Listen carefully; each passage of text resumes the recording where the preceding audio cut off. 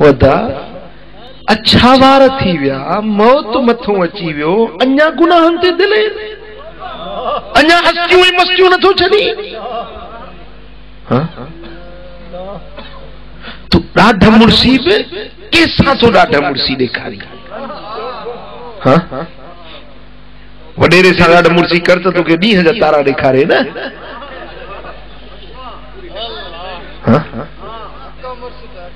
तू रब सां तो ॾाढा मुर्सी ॾेखारी। मन बलग उम्रुहु 40 सना, जे माण्हू जी उम्र 40 साल थी वई ऐं अञा उन जा गुनाह घणा नेकियूं थोरियूं। यमसह शैतान अला वजहे, शैतान अचे उन जे मुंह के हथ फेराईंदो आ ऐं चवंदो आ अन फदई तो हादल वजला युफला, हिन मुंह ता मां कुर्बान वञा, ही मुंह कॾहिं कामयाब न थींदो। शैतान अचे मुंह ते हथ फेराए खुश थींदो आ। शैतान जे चवंदा आहिनि न पीर बुज़ुर्ग खे चवंदासीं मुंहिंजी पुठी ठपिजाए, शैतान जे पुठी ठपींदो सदको वञाए। अन फदई मां तोता सदको वञा, केर तो इब्लीस तो चवे त मां तोता सदको वञा, तूं कॾहिं बि छोटकारो न माणींदे।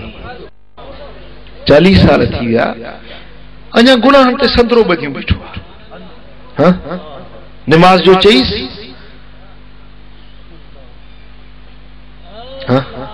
वदा ओ मिठा मोटी पौरप जे दर ते, ओ पीर मर्द पंहिंजे कुराड़प जो कदुरु कर, ओ मुंहिंजी अम्मा, ओ मुंहिंजी भेण पंहिंजे अछनि परियनि जो ख्यालु रख।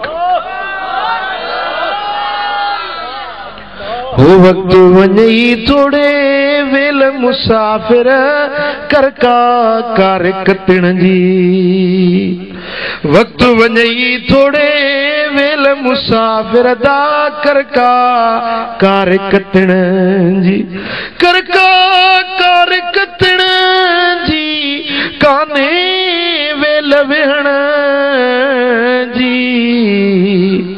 वक्त वञई थोड़े वेल मुसाफ़िर दा कर का कार